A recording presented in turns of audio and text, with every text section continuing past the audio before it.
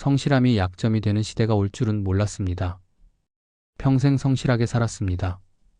아침 일찍 일어나고 약속 시간 30분 전에 도착하고 맡은 일은 끝까지 책임지고 남에게 피해주지 않으려 항상 조심했습니다. 그게 당연한 줄 알았습니다.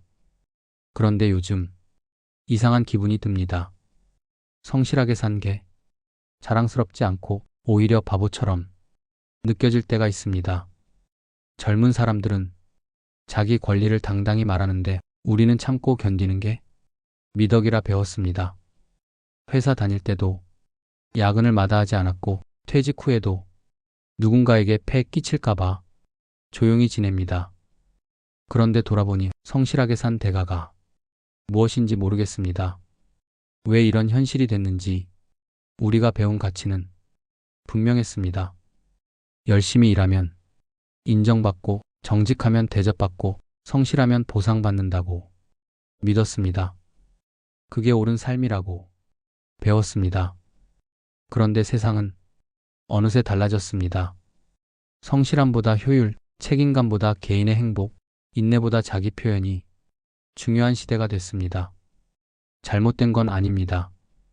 다만 우리가 살아온 방식이 이제는 시대에 맞지 않는 것처럼 느껴집니다. 평생 옳다고 믿었던 것이 흔들릴 때 그 허탈함을 어떻게 설명해야 할까요? 마음의 변화 지점.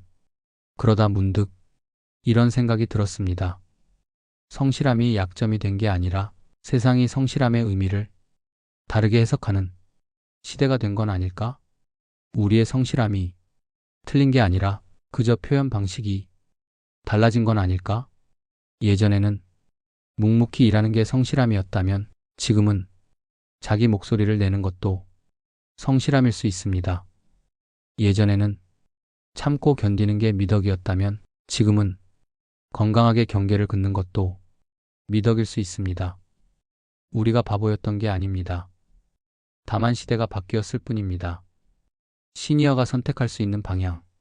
그래서 이렇게 생각해 봅니다. 성실함을 버릴 필요는 없는 것 같습니다. 다만 조금 다르게 적용해 볼 수는 있을 것 같습니다. 이제는 나에게도 성실해지는 겁니다. 내 건강에 성실하고 내 마음에 성실하고 내 행복에 성실해지는 겁니다. 남을 위한 성실한 만큼 나를 위한 성실함도 중요하다는 걸 인정하는 겁니다. 불편한 약속은 정중히 거절해도 되고 하기 싫은 일은 천천히 내려놓아도 됩니다. 그게 이기적인 게 아니라 이제는 나에게 성실해지는 시간이라고 생각하는 겁니다.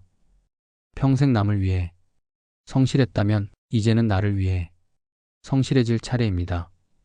조용한 여운의 마무리. 성실함이 약점이 되는 시대가 올 줄은 몰랐습니다. 하지만 그렇다고 우리가 살아온 방식이 틀린 건 아닙니다. 다만 이제는 그 성실함의 방향을 조금 바꿔볼 때인 것 같습니다. 나를 향한 성실함. 그것도 충분히 가치 있는 삶입니다. 오늘도 수고하셨습니다.